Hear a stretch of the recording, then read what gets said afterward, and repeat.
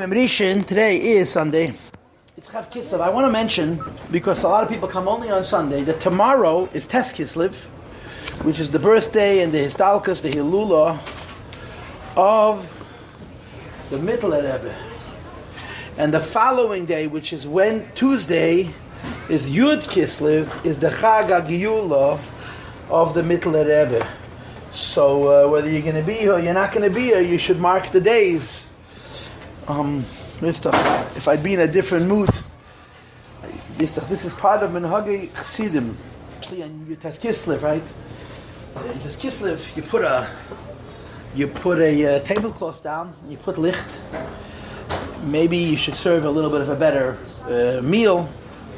But the kids should come home from school and they should feel that the house also is Tes Kislev. And it's so it's two. It's why not all three of us custis? But I'm not talking about it. I'm talking about Yud Kislev. Yud Kislev is Tuesday. So Monday night and Tuesday is Yud Kislev. It's a Chag HaGul, the Mittler Rebbe. Whatever the reasons are, it doesn't get the same attention. But when the Rebbe talks about it, it's a bigger Yom Tov than Yud Kislev because it's a later stage in a Fatas HaMayonis and so on. The Rebbe explains Yud Kislev in his Sichos with the same sentiment and the same energy as Yud Kislev, that there was a kitter against Chassidus. In other words, he doesn't tell the story that we tell about a guy who tried to blackmail the Rebbe and the Rebbe wouldn't bite, so he massed to get him into trouble, which is what happened at Das Tachten. The reason Yud Kislev is a Chag HaGiula is because there was a spiritual source for this material kitrug, and when he was released from prison, it was a Didan Notzach, it was a Pada B'Shalom of Chassidus, and that's the celebration. So ideally, the kids should feel it is Yom Tov. Yom Tov, Yud Kislev is a Yom Tov. Anyway, so I'm mentioning that. We're learning Tanya. It's like Pei Gimel. Yippee. Pei Gimel, the bottom of page Zayin, page 13. Pei Gimel. We spent a considerable amount of time learning Pei Beis. Considerable. And Pei Beis is the beginning of discussion of the Neshama. The way the Alter Rebbe structures the Tanya is that before he gets to the issue of the Tanya, before the Alter Rebbe gets to what the Tanya is really about, which is the pasuk, in other words, the avodah of Beinani, which doesn't really happen till he gets to chapter 12, to Perek Yud Beis, is a huge introduction. Alter Rebbe sets the stage, and the introduction of the Alter Rebbe is before he can define what a Beinani is and what a Tzaddik is and what a Rosh is. He has to define what a person is. That's how it works. He has to define a mensch. Before I tell you what kind of mensch you are, I want to tell you what is a mensch. And then a mensch is the neshamei sani asisi. The kol ish Yisrael echad tzaddik ve'echad rasha yeshtei neshameis shehein shtei nefashis. That every echad tzaddik ve'echad rasha has two neshames. This is the foundation of Tanya. They were made of two: an animal and a godly, and a man. The animal is pulling us in one direction, the godly is pulling us in the opposite direction, and we're the judge. And HaKadosh Baruch Hu Ezra, if we want to do the right thing, the Eibishter helps. If we want to do the wrong thing, the Eibishter allows. That's the language. Okay, so he's setting the stage. So in the end of chapter 1, he briefly referenced the animal soul, the Nefesh HaBahamis. We're going to get back to the animal soul and discuss him in greater detail in chapter 6 in Perek Vov, which is interesting, right? He mentions the animal soul briefly, Bekitzer, at the end of chapter 1. And the Bepashtas, the reason he does that is because the Gemara says that Agdem et Hanisa, the Nefesh HaBahamis comes before the Nefesh HaLekis. The animal soul is based on Misha Sheninir Lotzeis Mimei Imei Lepesach Chatas Revitz. When the baby is being born, literally coming into this world, Begashmi is the Yetzer Hara and the Nefesh HaBahamis and the Satan and the Malach HaMoves and all the other names that the Gemara says, the same guy, just changes hats. Yeah, he's your friend, he's your enemy, he's your advocate, he's your prosecutor. Whatever he needs to do to get you and go in his direction, he puts on different suits and different hats and different uniforms, different glasses and different neckties, but it's the Zelba, it's the same guy, same animal. So since it comes first, Alter Rebbe puts him first, but he gives him as 10 lines, and then he immediately moves to the Nefesh HaShenis B'Yisrael. He's going to go back to the Nefesh HaBahamis in Perek Vov. So this is how the Tanya is structured. So in chapter 2, Perek Beis, we spoke about Nefesh Hashenis B'Yisrael. Thank you. In Perek Beis, we spoke about Nefesh Hashenis B'Yisrael, the Chelik Elokam Mimal Mamish. We spoke about the Neshama.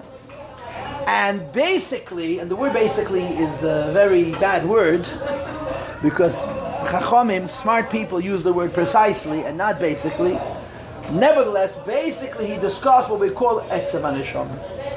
What the Neshama is without going into any specifics, any form, any order, just looking at the Etzem HaNeshama. The Pintele, that a Yid has a godly soul, was discussed in chapter 2. So the way I teach this is as follows. You have 3 prakim dedicated to the Neshama. Perek Beis Gimel Dal, 2, 3, 4. Perek Beis describes the Etzem HaNeshama. Chapter 2 discusses the Neshama as it is in relationship with itself. In other words, the way it's not connected to anything outside of itself. Perek Gimel is called the Koiches HaNefesh, which means the character of the Neshama in a guf, in the world. And Perek Dalet is going to discuss what's called the Levushim. Levushim means the Neshama's relationship to what's outside of itself. So I'm going to repeat that in other words. Perek Beis discusses the Neshama's connection to the Eibishter. Perek Dalet discusses the Neshama's connection to the world. And Perek Gimel discusses the character of the Neshama itself. You have a Neshama in a guf. Your Neshama in your guf is complex. Perek Beis, the chapter before, talked about your neshama before it became complicated. Perek Dalet talks about how your neshama gets involved with the entanglements and the complexities of what's outside of your guf. And Perek Gimel is describing the neshama as it is by itself. So you have 3 Hebrew words. Etzem, Koiches, Levushim. Etzem is Ayin Tzadek Mem. Koiches is Chof, Ches, Vav, Tof. And Levushim is Lamed Beis, Yud, Lamed Beis, Vav, Shin, Yud, Mem. 3 words. Etzem means the neshama as it is by itself. The neshama as it is by itself has no distinguishable part. It's discussed at very great length in Tanya chapter 51, Perek Nun Aleph. It'll be a while until we visit Perek Nun Aleph again. Perek Dalet is called Levushim, the garments of the neshama. That means the neshama is an involvement with what's outside of itself. That's why it's called a garment. It's on top of the neshama. And Perek Gimel is about Koiches HaNefesh, the neshama as it is in the guf, per se. So on the one hand, you're talking about the neshama as it is by itself. On the other hand, you're talking about the neshama as it is by itself in the world. The neshama as it is by itself in the world is not by itself. It's in the world. And that's what Perek Gimel chapter 3 is about.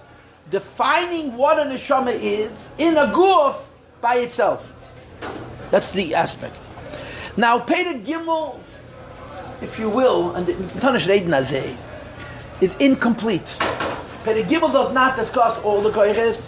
If you want to understand all the koiches, you have to learn Tanya Perek Gimel, and then you have to flip to Yigeres HaKedesh Tetzvav to the 15th epistle, the 15th letter in Tanya, where the Alter Rebbe completes what he starts discussing in Perek Gimel. We'll do this our way, okay?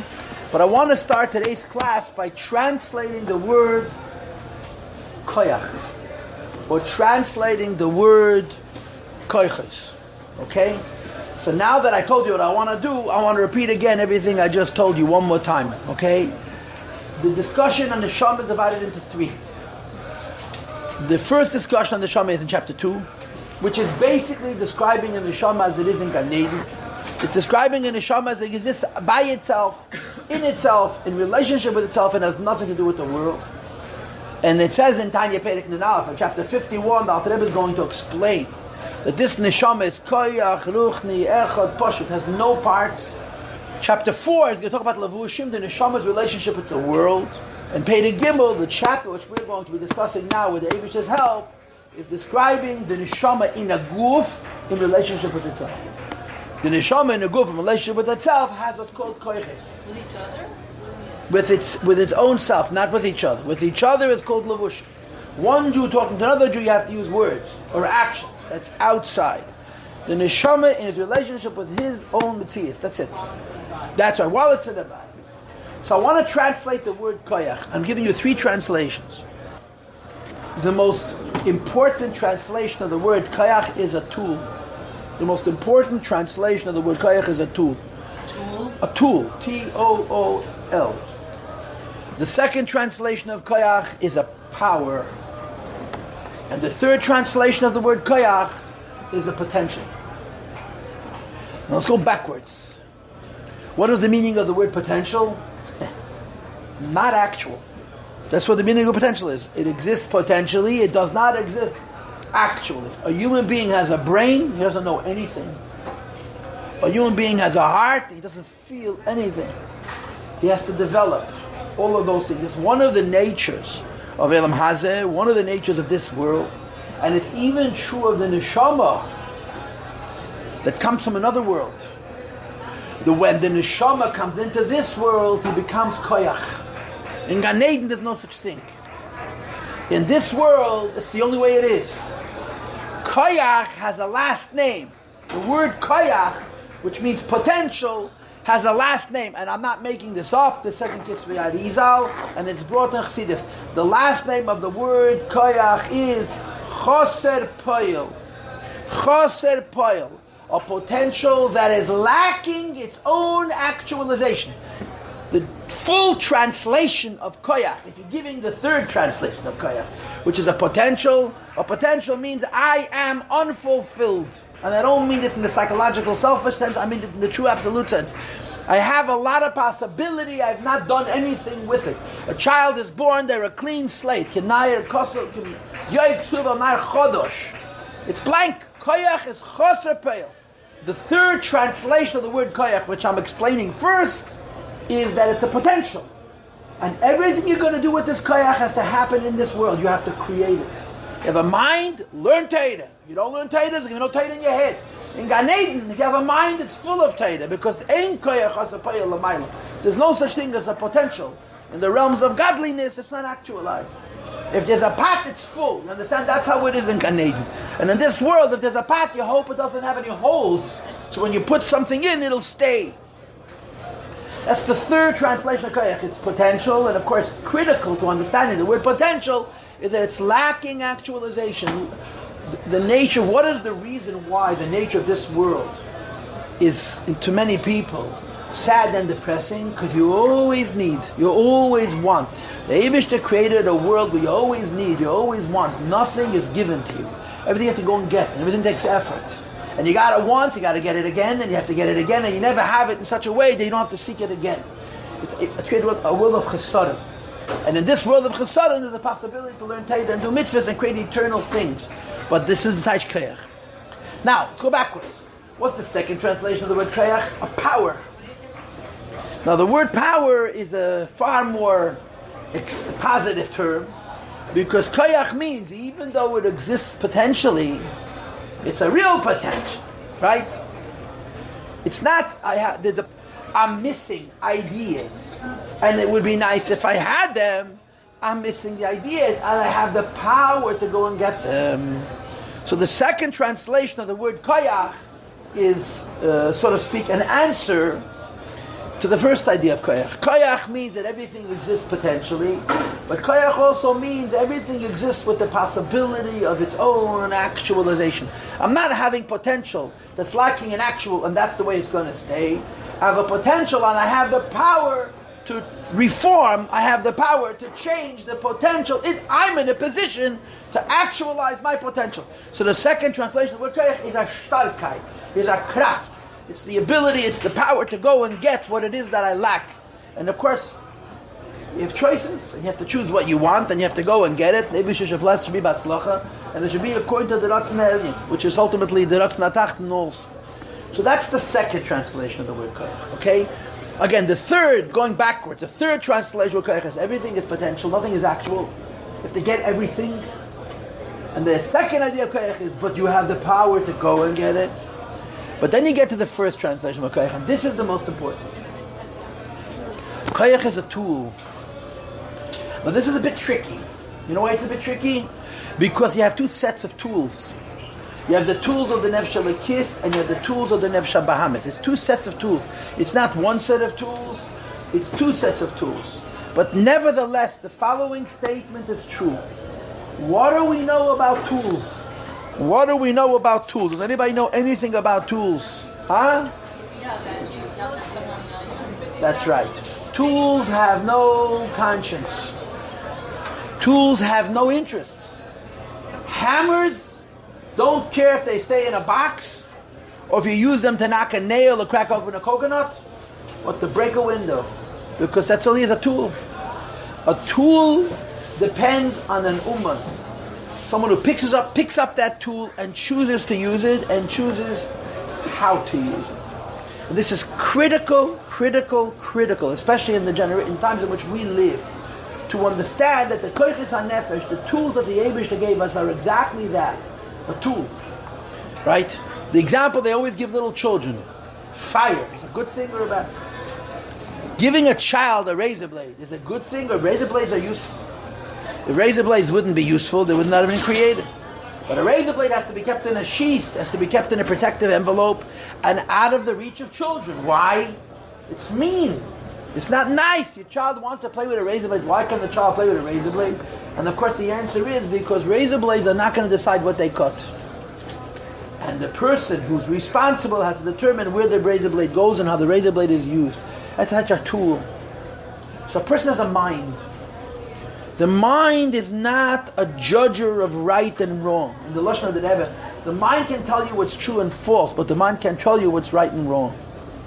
And right and wrong is much more difficult than true and false. Because right and wrong comes from an ephemeral place. You know where it comes from? From the neshama we learned about in Perek Beis. That's where it comes from.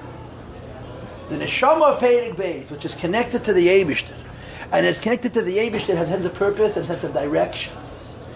She can tell the koyach what to do with itself, or she holds the koyach and she uses it in a way that's constructive as opposed to destructive. And there's a tragic phenomena which everybody knows, where people have decided that the human being is defined by his mind. They've taken the idea of neshama, they've taken the idea of conscience, and they've relegated to subjectivity, they've relegated it to superstition, they've relegated it to uncontrollable inspiration, and said it's not intelligent. A human being lives by his intelligence. A human being doesn't live by his intelligence. A human being uses his intelligence based on his humanity. But when a human being stops believing in humanity, in other words, stops believing in a neshama, what's a neshama? A neshama is a connection to what's important.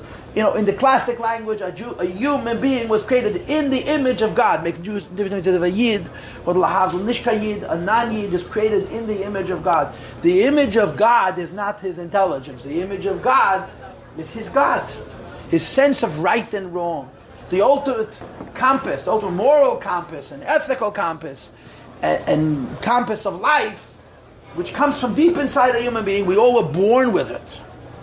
And we have to use that part of our neshama to hold the tools. And when we drop the tools, and when we neglect to admit that we have this neshama, or we dedicate our lives to denying and to destroying this neshama, and to reinvent a human being who's only a brain, then it's taka true that we've evolved from monkeys. Because that's all we are. Animals with better tools, better equipment. And the humanity, the human being that's distinct from an animal, is not the fact that he's intelligent and an animal is not, is that he has a spark of the Eibishter. And the spark of the Eibishter is she who holds the tool. And this is so important. A koyach is a hammer, it's a screwdriver, it's a saw, it's a car, it's a truck, it's a computer, it's a cell phone. Cell phones have never ever made any human being do one single aveda. Never happened. I would blame the cell phone for the Yidis Adedis. It's not the cell phone. It's the people with the cell phones. Cell phones are machines. And if a person manages the machine the way the machine is supposed to be managed, it's a good thing. And if you let the machine manage you, it's a terrible thing. But the machine didn't make poor choices. Machines have no choice. Machines are machines. People. And this is Yossi. It's elementary. It's axiomatic to life, to Yiddishkeit, and certainly to Chassidus, to understand, to use a psychological term, the one who holds the tools is the ego, the I, the ani, the balabos. I am a balabayis, and I have tools, and I'm going to choose when I put the tools in the box and close it, when I'm going to open the box and take a tool out, and I'm going to use it, and how I'm going to use it, and where I'm going to use it, and when I'm going to stop using it and put it back in the box. And if you obfuscate, if you give up that responsibility, you stop being a person. And all of this is included in a 2-letter word, koyach. Koyach. Koyach means a potential. That means it doesn't have anything yet. Koyach means a power, which means it has the ability to go and get lots of stuff. And koyach means a tool, which means that someone has to hold it. And the one who holds the tool is called the uman, the craftsperson, the balabos. And we're the balabos. Each one of us is the balabos. So let's start. Pei Gimel. V'hine. Kol b'chino madrega. Each category and step. Misholish elu. Of these three, nefesh, ruach, and neshama. The three souls, nefesh, ruach, and neshama. And this is going to come up in the Tanya over and over and over again. I've told this to you so many times. The Tanya is written in the language of the Zohar. And what's weird about it is none of Chassidus is, only the Tanya. The Tanya follows the form of the Zohar. All my modern find the form, if I understand it correctly, of the Kisvei Arizal. In the Tanya, Nefesh is a complete entity. And in the Tanya and in the Zohar, there's some people who only have Nefesh. They have no Ruach and they have no Neshama. Ruach is a complete entity. And Tzadikim are Zeiche to have a Bechin of Ruach. Big Tzadikim have also Neshama. In the Maimorim, Nefesh, Ruach, and Neshama are pieces of the Neshama, are pieces of the soul, rather than different layers of complete soul. So Tanya speaks a different language, and you have to remember that you're learning Tanya. So each one of these three is a complete entity unto itself. Nefesh is complete, Ruach is complete, and Neshama is complete. That's the language of the Zohar. You should know that each of these is Klula Me'eseh Bechinas. Contains within itself, in an inclusive way, 10 criteria, 10 measures, 10 concepts that are connected as Sfiras al Yenas. Why are there 10? And the answer is because there's 10 Sfiras on high, Lamaila, 10 supernal Sfiras. The translation of the word Sfiras, which the Alter Rebbe brings in a letter, is lights. Lights. Translation of the word Sfiras that the Alter Rebbe himself gives is oiros, lights, reflections of a source. We did this years ago. In Beis Medrash and Noshim, we've been through a lot of territory over the last 25 years. To the Menahelet and to all the Mishtatfim, including to myself. One of the things we did over the years was they published in Igris Kaddish of the Alter Rebbe about 6 or 7 or 8 years ago, maybe 10 years ago, maybe more, the complete cross-examination of the Alter Rebbe in the first arrest, and the complete cross-examination of the Alter Rebbe in the second arrest. They found it in a Russian archive in Petersburg, I'm assuming, intact, and they printed it. What's the difference between the documentation of the first arrest and the documentation of the second arrest? The difference is the documentation of the first arrest we have in the original Hebrew. We have the original hand of the Alter Rebbe in a Russian file someplace in Petersburg. There's more original Ksaviyat Kaddish, manuscript, holy sacred writing of the Alter Rebbe that are known to exist on the entire planet Earth. You understand? So that's what you talk about archivists. You understand? Russia has everything except paper shredders. Baruch Hashem. The second arrest, the original is not there. It may be someplace else. They may yet find it. There's a translation. But there's another difference. V'hu ha'ikir. When the Alter Rebbe was arrested the first time, the Russian government didn't even know why they arrested him. They didn't know. So they were asking him questions in the dark. The second arrest, the questions were written by an Orthodox Jew, by a religious Jew, the Pinsky Rav, whose name is Avigdor. He's called in documentation Chayamovich. In those days, everybody was, the Alter Rebbe was called Baruchovich. That was his father's name, Baruch. And Avigdor's name was Chayamovich. So in the documents, he's Ben Chayim. And he's asking, and the Alter Rebbe is answering. And the Alter Rebbe had to give an expose on Kabbalah and Chassidus. And we learned it here. And there are tapes of it, and it's online if you can find it. But it's on her side, I don't have it by me. On Beis Medrash and Noshim, BML, you can find it if you can find it. It's not so easy to find things. But we learned it. And the Alter Rebbe translate the word Sfiris as lights. What light comes from a source, reflects the source. So there's Sfiris, there's 10 lights that account for a higher world, and the Alter Rebbe continues on back to the text. Shenishtal shalomeh. That the reason in the human being, there's a sort of koichos. The reason in the sham of a yid, as he is in a guf, has 10 koichos, 10 potentials, 10 strengths, and 10 tools, is because the human being is created in the image of Adam HaElyon. A human being is created in the image of Adam, of Lamaila, of above, and since above there's 10 spheres, so down here there's also 10 koiches. So the word Shenishtal Shalom means that our 10 koiches are a chain reaction, are an effect, are a consequence of the fact that Lamaila on high in the spheres of Atzilus, there are 10 spheres, there are 10 lights. That's the idea. Because Lamaila there's 10 spheres, that's what Lamata there's 10 koiches. Right? How do we explain this? So this of course is basic. It says in the Chumash that God Almighty speaks to the Malachim. It's one of those very interesting and disturbing psukim. And the Gemara talks about it. Nasa Adam b'tzalmeinu kidbuseinu. Let us make man in our form, in our image. Right? So Moshe Rabbeinu says to the Eibishter, Anshuldik, you sure you want to write that Lashon Rabbim now? You sure you want to say in plural, let us make man in our form, in our image? Don't you realize, Eibishter, you're setting yourself up for a lot of trouble, and a lot of competition, a lot of not good stuff?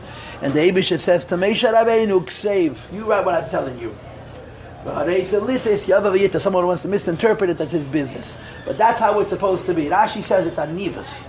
Maybe it's humility. It's a very costly humility. Yeah. But let us make man in our form. And what does it mean in the image of God? What does it mean in the image of God? It's one of the oldest questions. What does it mean in the image of God? So the Rambam, Kedar Keba Kodesh, in his world, translates what does it mean that a human being is the image of God? That he has intelligence. Seichel. A human being has intelligence. The Eibush has intelligence, Klayachol. And a human being is an image of God, he also has intelligence. There's a reason why in the world of the Rambam that works, because the Rambam is speaking through a particular funnel, and in that funnel, Seichel is a lakus. Intelligence is God. So when you say that a human being has intelligence, he's in the image of God. Of course, Kabbalah and Hasidus make this much more complicated and much more comprehensive, but the essence of it is that in Kabbalah and Hasidus you have a concept which at least officially the Rambam did not know about, and that concept is called godliness, Getlichkeit. We talk about this all the time in these classes.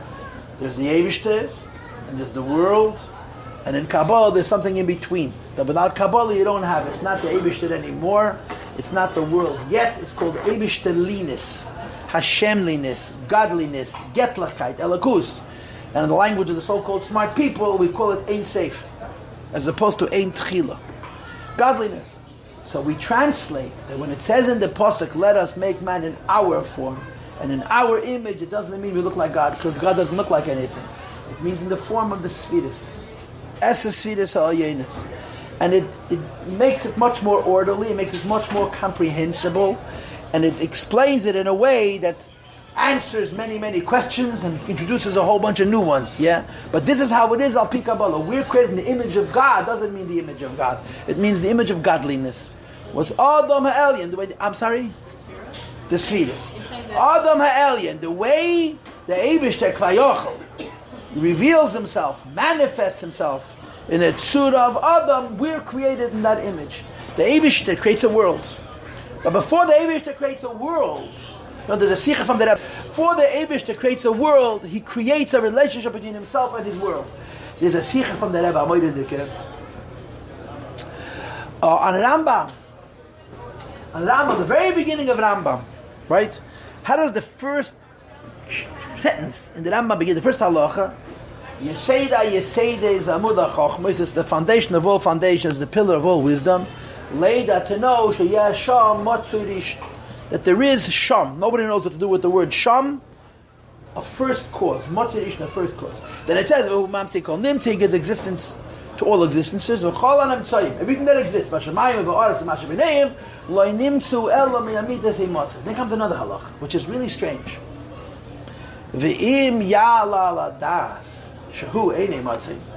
If you're going to go up in das, and in Hebrew, go up in das means to go to a higher madrega, and you're going to say shehu einei matzei, that he does not exist, ein davar achar yochel lehi matzis, nothing else is able to exist. And then there's a third halacha, ve'im ya'al ala das, if you're going to go up even higher in chochmah, And you're going to say, She'ein davar bilodei nimtza, that nothing exists besides for him. So this is not a verbatim quote, this is approximate. If the world doesn't exist, the Eibishter doesn't disappear. The Eibishter is not the soul of the cosmos. The Eibishter is the Eibishter. Yeah world, no world, the Eibishter doesn't change. So the Rebbe asks a shaila for a ben chamish lamikah. The idea that it's axiomatic, right? It's foundation, the pillar of all wisdom, that there is a first cause, everybody understands. But what does this mean? You're going to go up to a higher level of wisdom and you're going to say that Hashem doesn't exist? That's not wise. That's silly. It's foolish. It's stupid. And the Rambam uses the Lashon Yalal Adas. If you're going to go up to a higher madrega of knowledge and you're going to say that Eidei Matzah, Ibish doesn't exist, so you're going to say a big Kiddush. If there's no God, there'd be no world. Really? I'm surprised to find that out. So what is the pshat in Rambam? So the Rebbe has a gewaldige pshat. It's a stroke of genius. Or to say it more precisely, it's what the Rambam meant when he wrote these words. And the Lubavitcher Rebbe showed Poshet the pshat. Motzoi doesn't mean existence in a way that the opposite of existence is that there is no God. No God is it's not an idea, it's a foolishness. It's a cowardice. No God is not something that an intelligent person should entertain. The Rambam doesn't say in the first halacha that there is a God. The Rambam says in the first halacha that the Eibishter exists. What does that mean? In the language of Hasidus, the Eibishter makes a tzimtzum in himself to be a motzui, to exist in relationship with us. And because the Eibishter exists in relationship with us, we exist. That's how you read the halacha. You say this, the Mudah Chochmas, the foundation of all foundation, the pillar of all wisdom. Let yet know, Shesha Motirish. That before the Eibishter made up us, for lack of words, he created himself. What's he created himself? He lowers himself from being non-existential to exist existentially, and that means, in plain English, that he should exist in a way where he creates a space for another. And because the Eibishter lowers himself to B'yom HaTzirishin, he's Mamsi Kol Nimtz.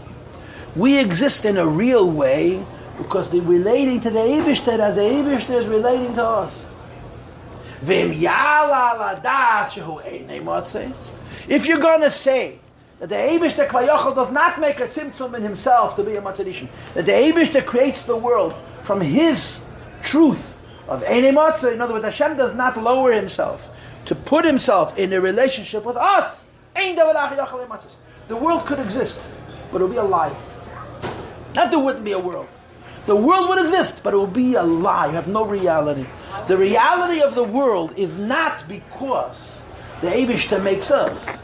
The reality of the world is the Eibishter puts himself into us. And the Eibishter putting himself into us is about a relationship. And from the Eibishter's perspective, it's called Matzah Rishon. Now this is Rambam. And in a broad way, this is the same idea of Esher Svidus. When the Eibishter creates the world, he first creates the world as it's in the Eibishter.